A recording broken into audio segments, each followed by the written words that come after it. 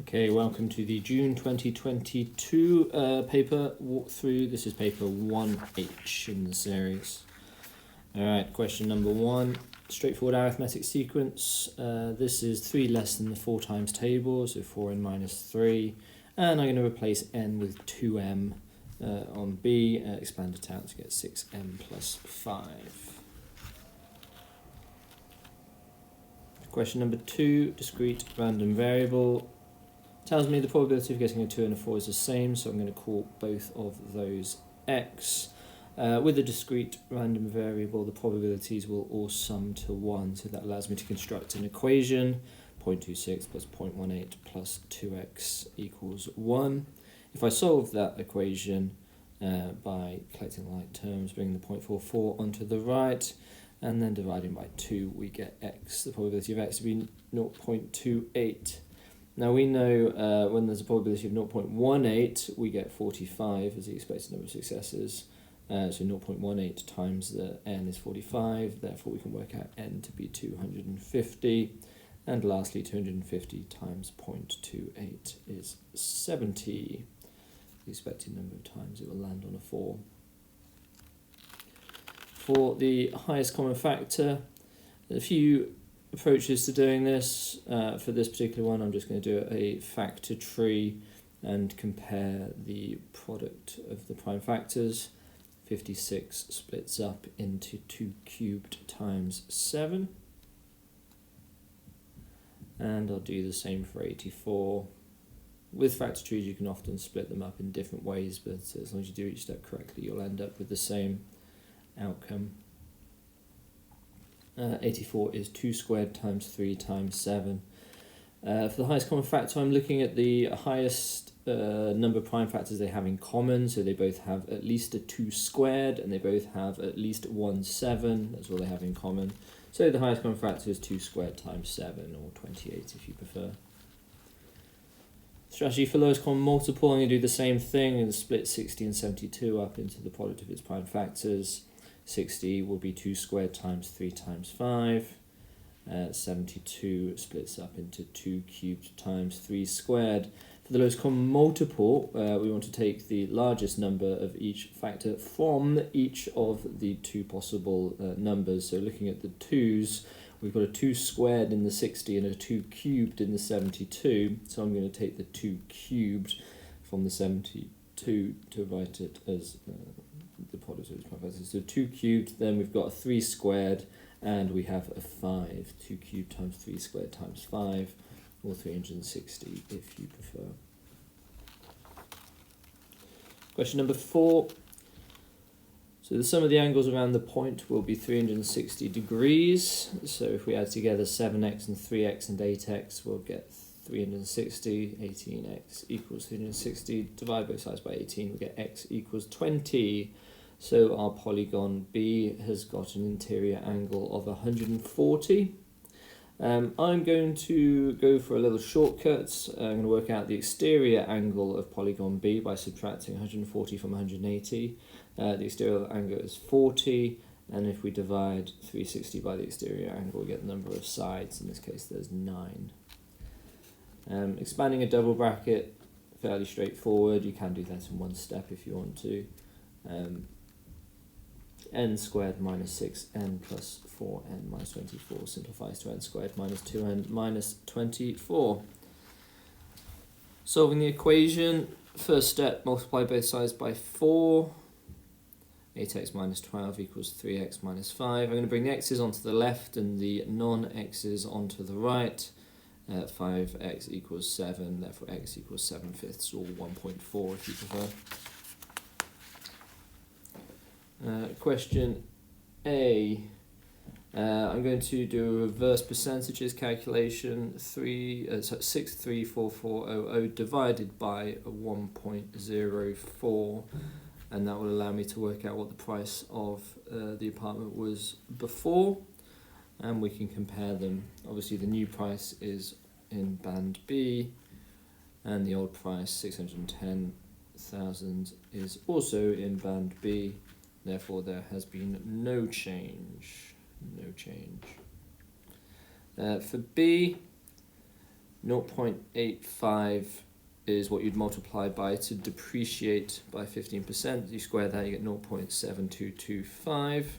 If I subtract that from 100, we'll get the 27.75% is the percentage of depreciation by the end of the second year. There are a few other ways of doing that one too. Question 7, pressure equals force over area. So it tells us the pressure is 1.4, the force is 72, and the area is pi times the radius squared. And multiply by pi r squared, divide by 1.4, divide by pi and square root it. We get a value for r. I'm not actually going to calculate that here. I'm just going to plug it straight into pi r squared h. When I square the r, we go back to the 72 over 1.4 pi. Pi times r squared times h, because it's 926.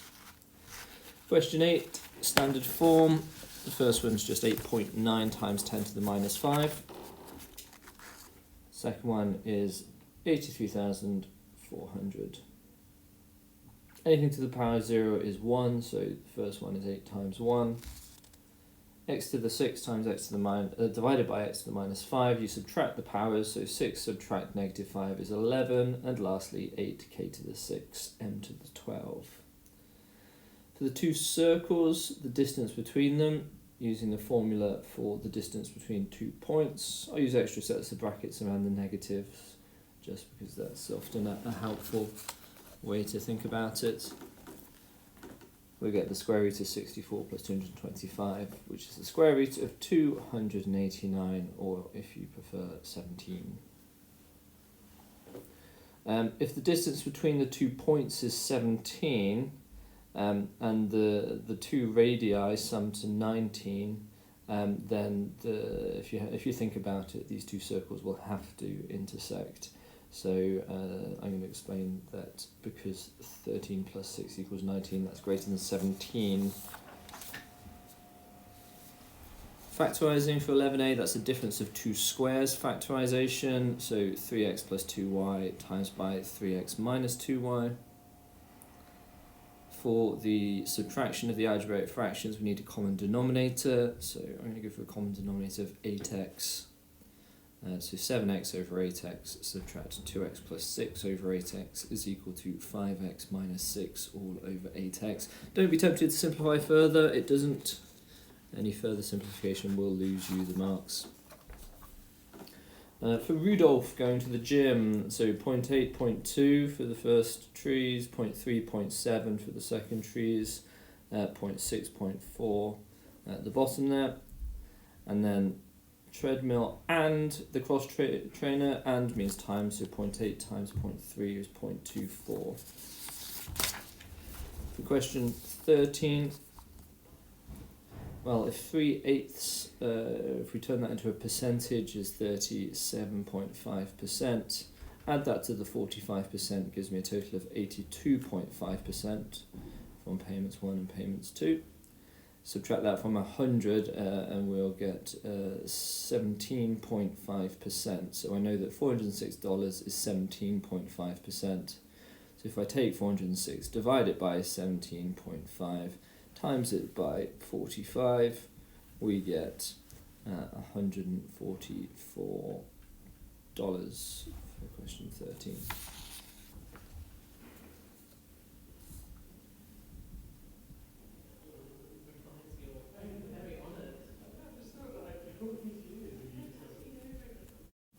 Question 14, we're going to calculate f of 10, plug 10 in, you get 20 over 4, which is 5. To find the inverse function, I'm going to switch the x and y's around and see if I can make y the subject. First step, to multiply both sides by y minus 6, so we get xy minus 6x equals 2y. And then I'm going to bring the x's onto the right hand side and the y's onto the left. Factorise the y out, y lots of x minus 2 equals 6x. Divide both sides by x minus 2, we get 6x over x minus 2. Question 15. There are 4 ways in which he can end up on 0 points. That's 2 losses and a win, or alternatively 3 draws.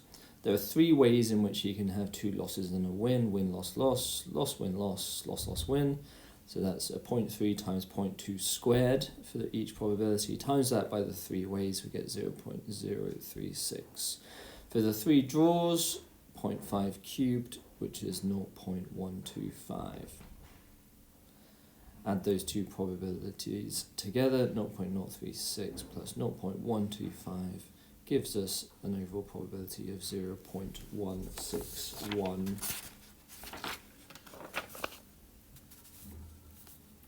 Question 16, the first question. I'm going to start by rationalising the denominator with the first fraction, and then I'll deal with the root 2 to the 5 afterwards.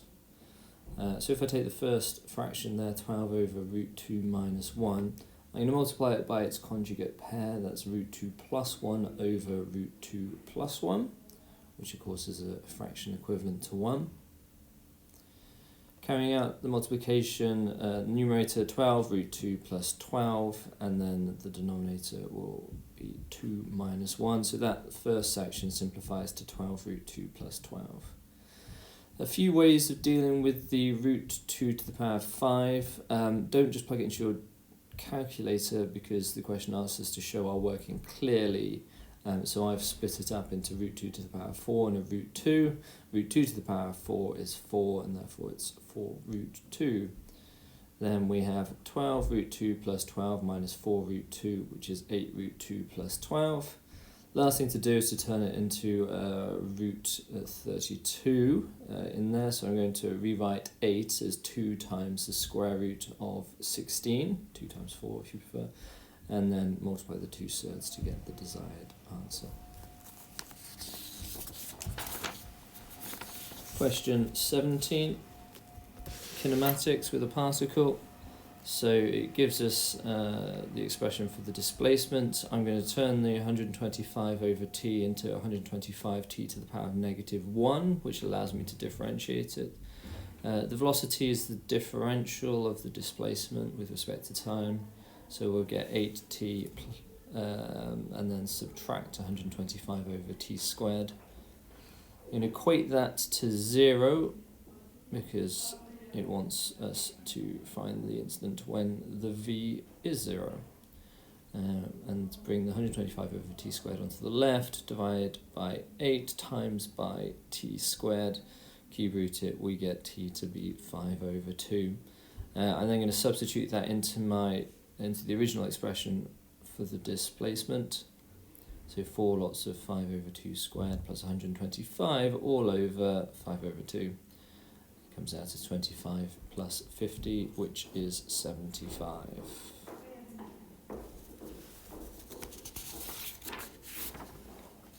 Question 18. So this is the trickier trig question. Here I use both the cosine rule and the sine rule.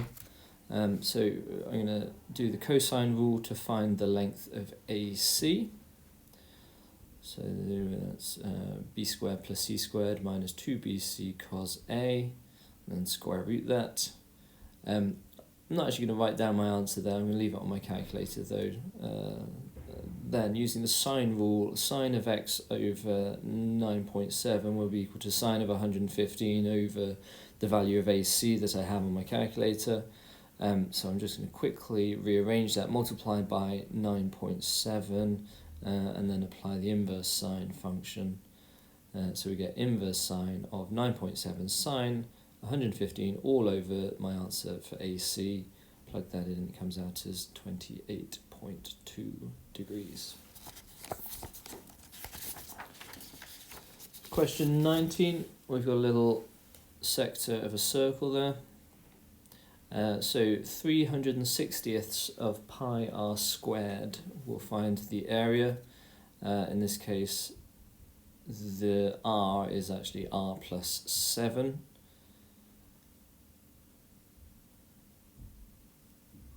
So 45 over 360 times pi times r plus 7 squared is equal to 2 lots of pi times r minus 2 squared. Gives us a little equation we can solve. I'm going to cancel the pi's immediately. 45 over 360 is the same as 1/8, so I can simplify my equation.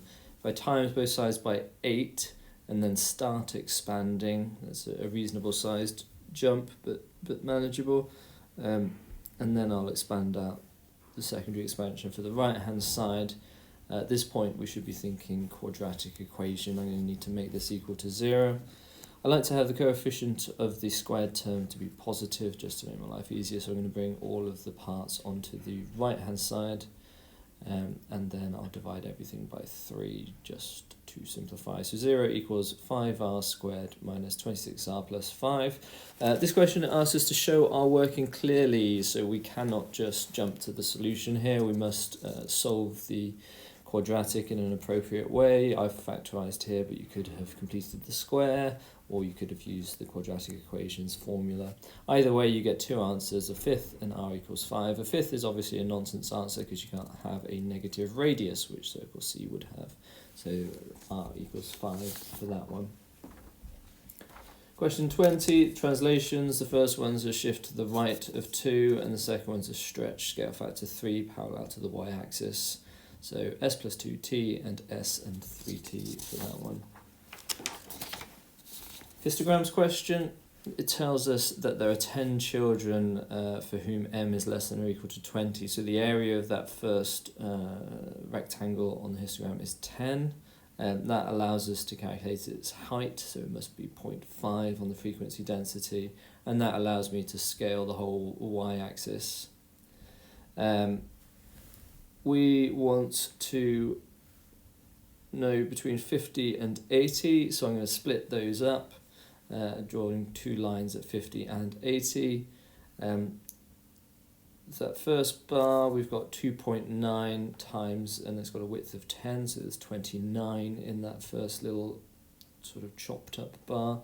The second one is going to be 3.2 times the 15, which is the base of it, which is 48. And the third one is just 2 times the 5, which is its width, which is 10. Sum those three together, 29 plus 48 plus 10, to find that the total number of children, or our estimate for it, will be 87.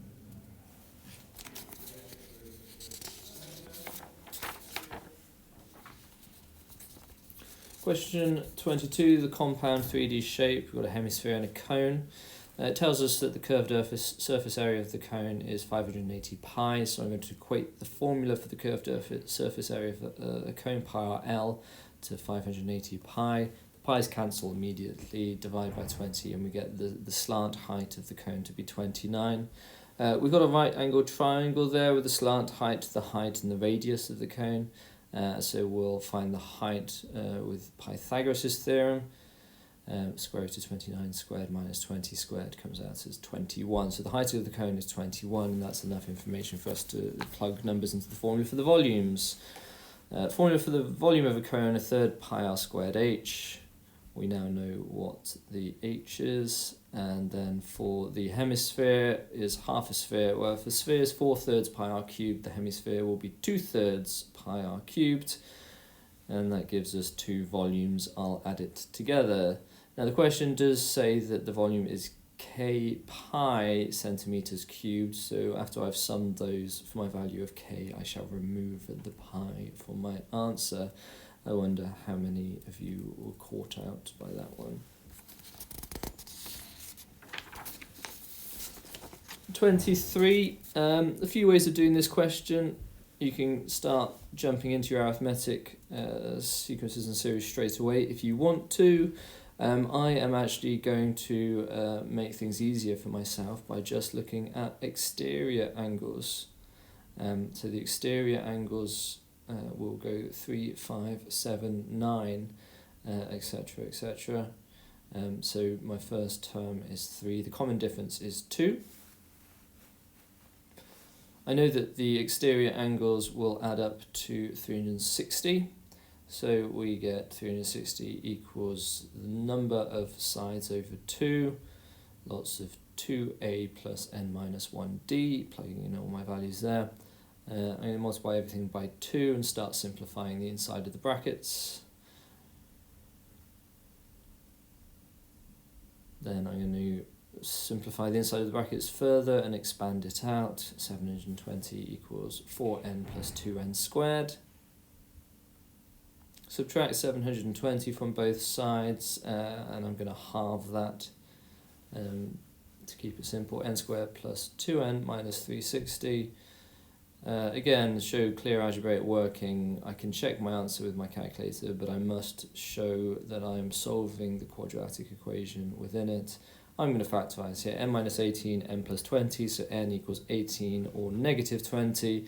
Well, you're not going to have a negative 20 sized shape, so 18 for that one there. Final question, question 24. This is completing the square with an algebraic negative quadratic. First thing I'm going to do is rearrange it into descending powers of x. Then I'm going to factorise out negative q from the first two parts of the three-term quadratic. So we get negative q lots of x squared minus 12 over q, and then plus q at the end. Half the 12 over q, you get 6 over q, subtract 6 over q squared, so it's 36 over q squared, and that goes inside the brackets. Outside the brackets is still the same. Then I'm going to expand out the outside set of brackets, so multiplying the first and second parts by negative q. So we get negative q lots of x minus 6 over q squared plus 36 over q plus q. And lastly, I'm going to rearrange that into the form that the question wants, a minus b lots of x minus c squared. So 36 over q plus q minus q lots of x minus 6 over q squared. And then we can just write down the values of a, b, and c. We can see that a is 36 over q plus q, b is q, and c is 6 over q. And we're done. Well done. Bye.